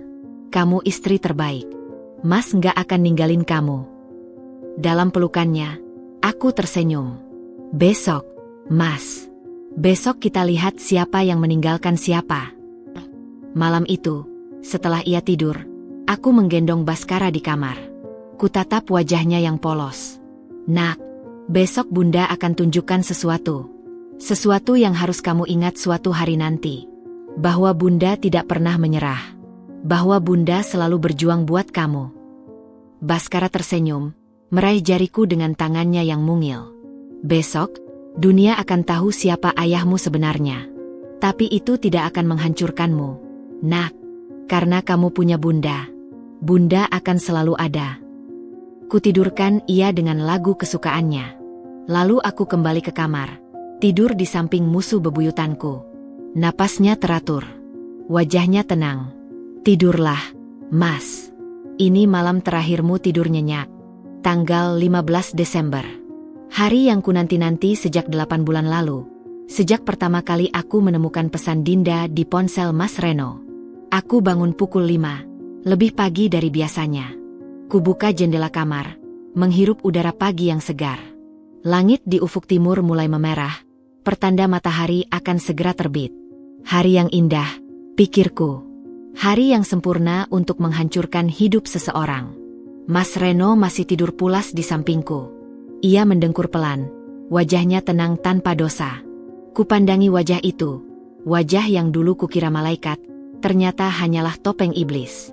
Dalam tidurnya, ia mungkin bermimpi indah. Mungkin bermimpi tentang Australia, tentang Dinda, tentang hidup baru tanpa aku dan Baskara. Tersenyumlah dalam mimpimu, Mas. Karena ini senyum terakhirmu sebagai orang bebas. Aku turun dari tempat tidur, menuju kamar Baskara. Bayiku masih tidur nyenyak di boksnya, tangan mungilnya menggenggam selimut. Kucium keningnya lembut. Selamat pagi, Nak. Hari ini hari besar. Hari di mana Bunda akan membebaskan kita. Baskara bergerak sedikit, lalu kembali terlelap. Ia tidak tahu apa yang akan terjadi hari ini. Ia hanya bayi 9 bulan yang tidak mengerti apa-apa. Tapi suatu hari nanti, saat ia besar, aku akan menceritakan semuanya. Bahwa ibunya berjuang sendirian melawan monster yang menyamar sebagai ayahnya. Pukul 7, Mas Reno bangun. Ia menguap lebar, lalu tersenyum melihatku sudah duduk di meja rias. Pagi, sayang. Udah bangun dari tadi? Iya, Mas. Aku siapin sarapan. Mas mandi dulu, ya. Ia mendekat, mencium pipiku. Makasih, sayang. Kamu istri terbaik. Aku tersenyum. Ya, Mas. Istri terbaik yang akan menghancurkanmu hari ini. Saat ia di kamar mandi, aku membuka ponselnya. Tanpa sandi, tanpa curiga. Kubuka chat dengan Dinda. Sayang, udah siap? Jam 6 kita ketemu di bandara. Ya. Check-in dulu, terbang jam 8. Udah, Mas. Koper udah siap. Aku udah nggak sabar. Iya, sayang. Jangan lupa bawa obat tidur buat di pesawat. Love you hati merah 2. Love you too. Aku memfoto percakapan itu, lalu mengirimnya ke Pak Surya. Balasan Pak Surya langsung masuk. Semua sudah siap, Bu. Polisi standby di bandara sejak jam 5. Kami tunggu Ibu. Aku membalas, siap, Pak. Sampai jumpa di bandara. Lalu kuhapus semua jejak di ponsel Mas Reno, mengembalikannya ke tempat semula. Sarapan berlangsung normal. Mas Reno makan dengan lahap, sesekali bercerita tentang Australia, tentang rumah yang akan kita tempati, tentang sekolah Baskara nanti, tentang hidup baru yang indah. Aku hanya tersenyum, mengangguk, sesekali bertanya hal-hal kecil. Di dalam hati, aku tertawa. Tertawa pahit. Karena aku tahu, tidak akan ada Australia. Tidak akan ada rumah baru. Tidak akan ada hidup indah. Yang ada hanya ruang tahanan dan jeruji besi. Sayang, kamu kok diam aja? Gugup? Tanyanya. Agak gugup, Mas. Pertama kali ke Australia. Ia tertawa. Tenang aja, Mas di sini. Untuk beberapa jam ke depan. Iya. Setelah itu, kamu tidak akan ada di mana-mana. Pukul 10, kami berangkat ke bandara. Mas Reno menyetir mobilnya. Mobil baru yang katanya dari kantor, tapi sebenarnya dari uangku. Baskara duduk di kursi bayi di belakang, asyik dengan mainannya. Aku di samping Mas Reno, berpura-pura sibuk dengan ponsel. Sebenarnya, aku sedang mengirim pesan ke Pak Surya. Kami berangkat, Pak. Eta bandara pukul 11.30. Siap, Bu. Kami tunggu di Terminal 2, dekat counter check-in Garuda. Dinda sudah di bandara? Sudah. Ia check-in tadi jam 9. Sekarang nunggu di lounge. Polisi sudah mengawasi. Baik, Pak. Sampai jumpa. Kusimpan ponsel. Mas Reno menoleh. Sibuk amat, sayang. Iya, Mas. Pamit sama Lani. Bilang kita pindah ke Australia. Oh, iya. Kamu sudah pamit sama teman-teman? Sudah, Mas. Semua sudah. Ia mengangguk puas. Tidak tahu bahwa pamit yang kumaksud adalah pamit untuk pertempuran terakhir.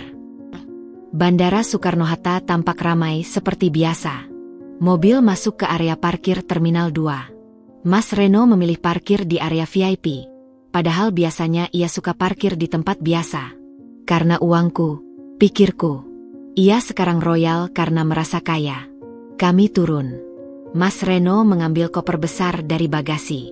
Aku menggendong Baskara yang mulai rewel karena kepanasan. Sebentar, sayang. Mas urus tiket dulu. Kami menuju counter check-in Garuda. Antrean cukup panjang. Mas Reno mengambil antrean, lalu berkata, "Kamu tunggu di sini, ya. Jaga Baskara." Aku mengangguk. Mataku mengamati sekeliling. Di mana Pak Surya? Di mana polisi? Lalu aku melihatnya. Di sudut ruangan, dekat kafe, Pak Surya duduk dengan dua pria bersetelan rapi.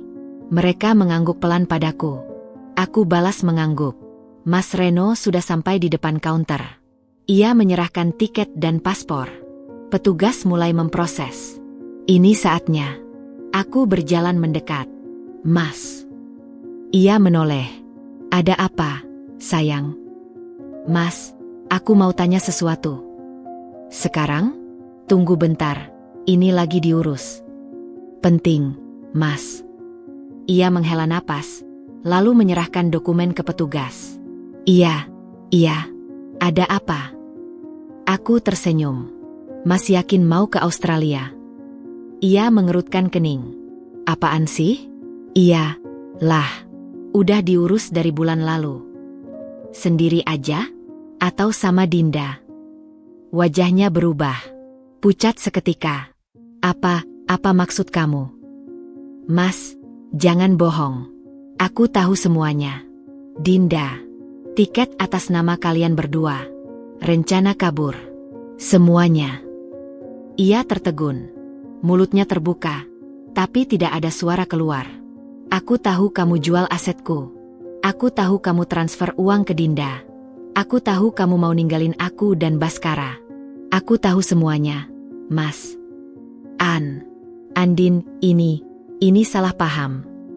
Tidak ada salah paham, Mas. Aku punya buktinya. Foto-foto, rekaman, transfer uang, semua.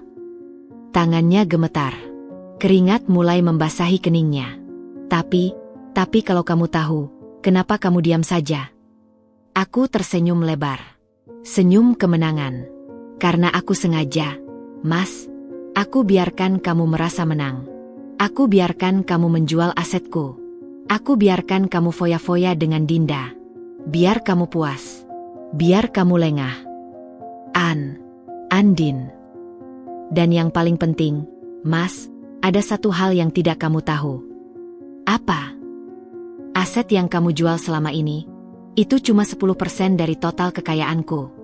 90% sisanya sudah aman di trust fund atas nama Baskara. Tidak bisa kamu sentuh. Tidak bisa Dinda sentuh.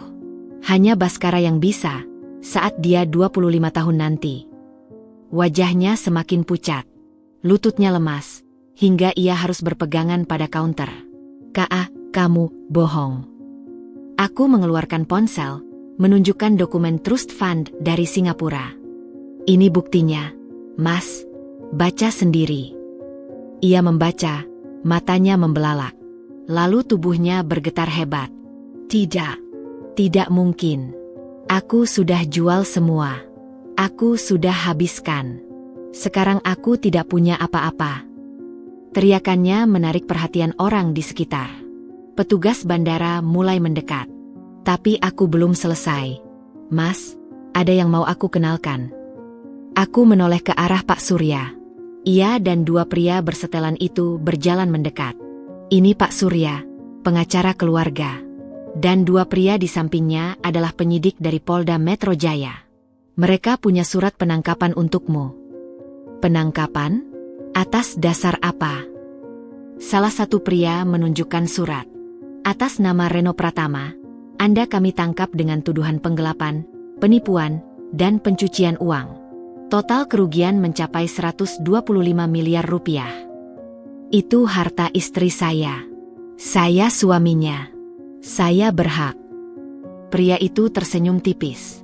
Bapak lupa, dalam perjanjian pranikah, semua aset istri Bapak adalah milik pribadi. Bapak tidak berhak menjual tanpa izin. Itu namanya penggelapan. Mas Reno terhuyung. Ia menatapku dengan mata merah. Andin, kasihan aku. Aku ayah anakmu. Jangan lakukan ini. Aku menggendong Baskara lebih erat. Ayah? Ayah macam apa yang tega ninggalin anaknya? Ayah macam apa yang bilang keselingkuhannya? Anak? Biar sama dia. Nanti kita punya anak sendiri? Aku punya rekamannya, Mas. Ia membeku. Semua pertahanannya runtuh. Kamu rekam. Dari dulu.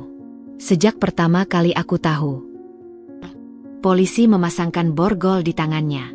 Di tengah keramaian bandara, Mas Reno, suamiku, ayah dari anakku, digiring seperti penjahat.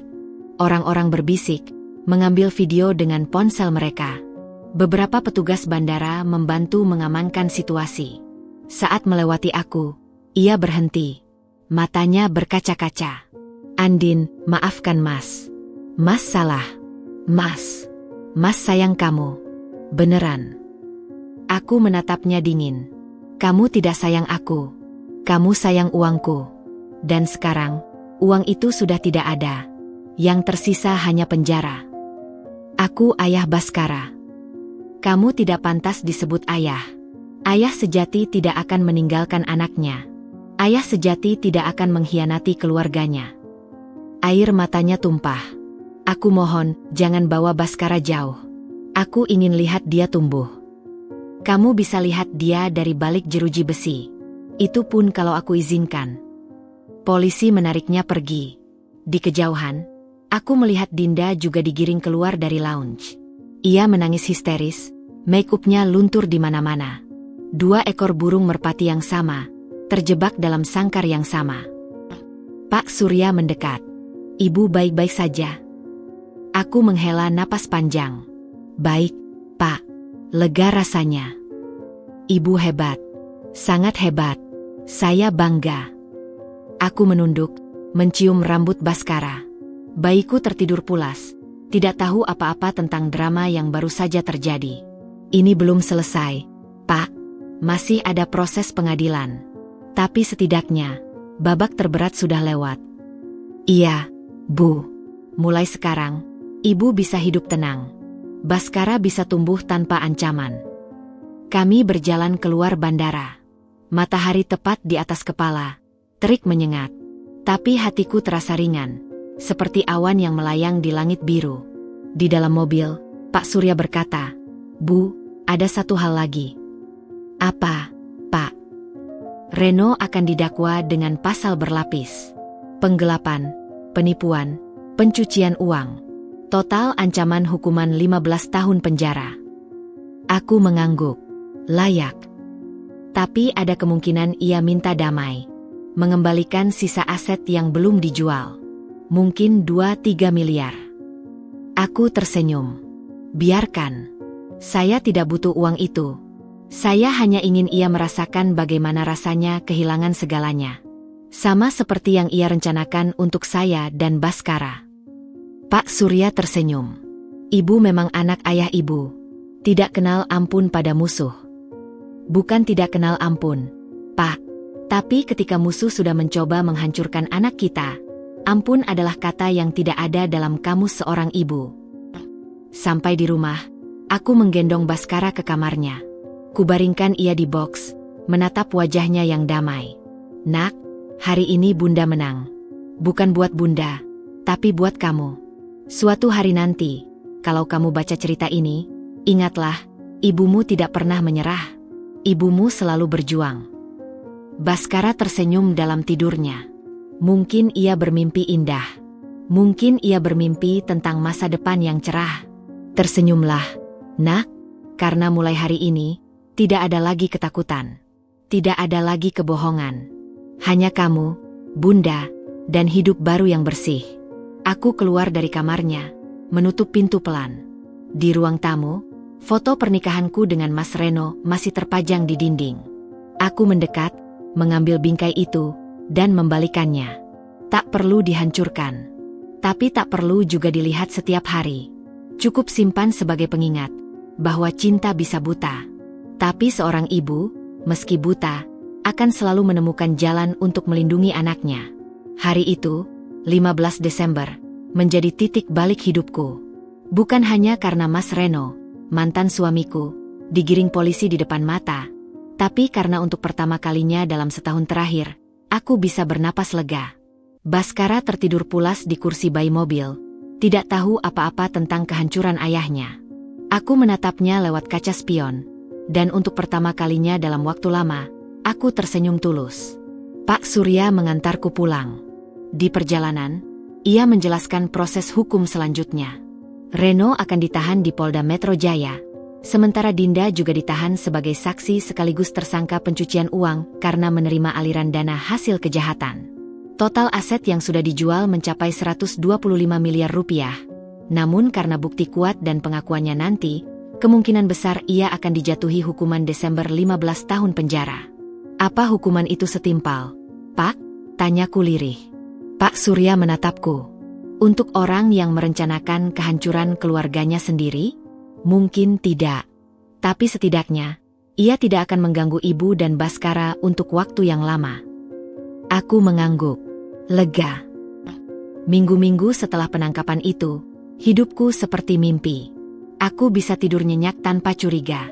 Aku bisa meninggalkan ponsel di sembarang tempat tanpa takut ada yang mengintai. Aku bisa menggendong Baskara di halaman rumah, menikmati sinar matahari pagi, tanpa ada suara bising pertengkaran di kepala. Tapi yang terpenting, aku bisa melihat Baskara tumbuh tanpa rasa takut. Ia mulai merangkak cepat, mulai belajar berdiri dengan berpegangan pada sofa, mulai mengucapkan "ma" dengan suara cadel yang menggemaskan. Setiap kali ia tersenyum, hatiku meleleh. Setiap kali ia tertawa, dunia terasa cerah. Aku bekerja dari rumah, mengelola aset-aset yang tersisa, yang 90% itu, dengan bantuan Pak Surya dan tim manajer investasi. Kami mendirikan yayasan atas nama Baskara, yang fokus pada pendidikan anak-anak kurang mampu. Aku ingin anakku tumbuh dengan memahami bahwa kekayaan bukan untuk disombongkan, tapi untuk dibagikan. 3 bulan kemudian, sidang pertama digelar. Aku hadir sebagai saksi korban. Di ruang sidang yang penuh, aku duduk di kursi saksi, berhadapan dengan Reno di kursi terdakwa. Ia tampak kurus, kumal, dengan mata cekung. Seragam tahanan oranye melekat di tubuhnya. Pandangan kami bertemu. Matanya berkaca-kaca, bibirnya bergetar seolah ingin bicara. Tapi aku segera mengalihkan pandangan. Tidak ada yang perlu dikatakan lagi. Jaksa penuntut membacakan dakwaan setebal 200 halaman. Penggelapan, penipuan, pencucian uang, pemalsuan dokumen. Pasal berlapis dengan ancaman hukuman 15 tahun penjara. Reno hanya tertunduk. Saat giliranku bersaksi, aku menceritakan semuanya dengan tenang. Awal pertemuan kami, pernikahan, kehamilan, wasiat yang dijebak, perselingkuhan, penjualan aset, hingga rencana kaburnya ke Australia. Aku tidak menangis, tidak histeris. Hanya bercerita, seperti membacakan buku sejarah yang sudah usang. Hakim bertanya, "Saudara Andin, apakah saudara ingin mengajukan tuntutan ganti rugi perdata?" Aku menjawab, "Tidak, Yang Mulia. Saya tidak butuh uangnya. Saya hanya ingin keadilan ditegakkan. Reno menatapku dengan mata sembab. Di detik itu, aku melihat penyesalan di matanya. Atau mungkin hanya keputusasaan. Entahlah. Aku tidak peduli lagi. Sidang berlangsung 6 bulan. 6 bulan bolak-balik ke pengadilan, 6 bulan mendengar kesaksian, 6 bulan melihat Reno mencoba berbagai cara untuk meringankan hukuman, termasuk memohon damai, mengembalikan sisa aset, bahkan menangis di depan hakim. Tapi semua sia-sia. Bukti terlalu kuat. Saksi terlalu banyak. Rekaman percakapan, foto-foto mesra, transfer uang, rencana kabur, semua terpampang jelas di persidangan. Pada 15 Juni tahun berikutnya, tepat 6 bulan setelah penangkapannya, hakim membacakan vonis, 14 tahun penjara, denda 5 miliar rupiah, dan kewajiban mengembalikan sisa aset yang belum dijual sebesar 3,2 miliar rupiah. Reno jatuh pingsan di ruang sidang. Petugas membawanya keluar dengan tandu. Aku hanya diam, melihatnya pergi. Pak Surya berbisik, akhir yang pantas untuk pengkhianat. Aku menggeleng. Bukan akhir, Pak. Awal. Awal baru buat aku dan Baskara. Setelah vonis itu, hidupku benar-benar berubah. Aku memutuskan untuk menjual semua aset yang tercatat di Indonesia, termasuk hotel-hotel peninggalan orang tuaku. Bukan karena butuh uang, tapi karena ingin memulai hidup baru yang bersih, tanpa bayang-bayang masa lalu. Dengan hasil penjualan, aku membeli sebuah rumah di Ubud, Bali. Bukan rumah mewah, tapi rumah tradisional dengan halaman luas, dikelilingi sawah dan pepohonan rindang. Di sanalah aku dan Baskara memulai hidup baru. Baskara tumbuh menjadi anak yang ceria. Di usianya yang ketiga, ia sudah bisa berlari-lari di sawah, mengejar kupu-kupu, dan tertawa lepas saat jatuh terguling di rumput. Setiap sore, kami duduk di beranda, menikmati teh hangat sambil melihat matahari terbenam di balik bukit. Ia sering bertanya, "Bunda, kenapa kita tinggal di sini? Kenapa enggak di Jakarta?" Aku menjawab, "Karena di sini udara bersih. Nak, di sini kita bisa lihat bintang setiap malam." Terus, "Ayah di mana, Bunda?" Pertanyaan itu selalu membuat dadaku sesak. Tapi aku sudah menyiapkan jawabannya. Ayah kerja di tempat yang jauh. Tapi suatu hari nanti, kalau kamu sudah besar, Bunda akan cerita semuanya. Baskara hanya mengangguk, lalu kembali berlari mengejar ayam-ayam tetangga. Di tahun kelima vonis, Reno mengajukan pembebasan bersyarat. Lewat pengacaranya, ia mengirim surat padaku, memohon maaf dan meminta kesempatan bertemu Baskara. Surat itu panjang, berurai air mata, penuh penyesalan. Katanya, ia sudah berubah. Katanya, ia ingin menjadi ayah yang baik. Aku membacanya sekali, lalu membakarnya di halaman belakang. Abu-abunya kutanam di bawah pohon mangga. Pak Surya, yang masih setia menemaniku, bertanya, "Ibu tidak mau memberinya kesempatan?" Aku menatapnya. "Pak, penyesalan itu gratis. Tapi kepercayaan itu mahal. Ia sudah menjual kepercayaanku dengan harga murah. Saya tidak punya kewajiban membelinya kembali." Tapi untuk Baskara tidak butuh ayah seperti itu. Baskara butuh ketenangan. Butuh kebahagiaan. Bukan trauma baru. Pak Surya mengangguk paham. Ia tidak pernah memaksa. Tahun-tahun berlalu. Baskara tumbuh menjadi remaja yang cerdas dan baik hati. Ia mewarisi kecerdasan ayahnya, sayangnya, tapi juga keteguhan hati ibunya. Di usia 12 tahun, ia sudah bisa mengelola sebagian kecil asetnya sendiri, dengan bimbingan Pak Surya dan tim. Suatu malam, saat duduk di beranda menikmati bintang, ia bertanya lagi, "Bunda, sekarang aku sudah 12. Saatnya Bunda cerita tentang ayah." Aku menarik napas panjang. Malam itu, di bawah langit Ubud yang penuh bintang, aku menceritakan semuanya.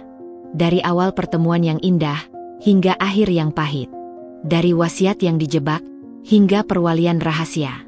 Dari perselingkuhan, hingga penangkapan di bandara. Baskara mendengarkan dengan diam. Wajahnya berubah dari penasaran menjadi terkejut, lalu sedih, lalu datar. Saat aku selesai, ia bertanya, "Ayah, Di mana sekarang? Masih di penjara, nak. Hukumannya 14 tahun. Sekarang baru jalan 11 tahun. Apakah Bunda pernah memaafkannya? Aku diam sejenak. Aku sudah memaafkannya, nak. Bukan karena ia pantas, tapi karena aku tidak mau membawa kebencian seumur hidup. Tapi memaafkan tidak berarti melupakan. Dan tidak berarti memberinya kesempatan kedua. Baskara mengangguk. Aku mengerti, Bunda. Ia memelukku erat. Terima kasih sudah berjuang sendirian. Terima kasih sudah melindungi aku. Air mataku tumpah. Untuk pertama kalinya dalam 15 tahun, aku menangis di depan anakku. Bunda sayang kamu, nak, lebih dari apapun. Aku juga sayang Bunda.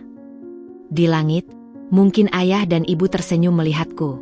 Melihat bahwa putri mereka tidak hanya selamat, tapi juga menang. Dan di hatiku, ada satu keyakinan, bahwa apapun yang terjadi, selama ada cinta, selama ada keluarga, selama ada anak yang tersenyum, hidup akan selalu indah pada akhirnya. Karena senyum Baskara adalah buktinya.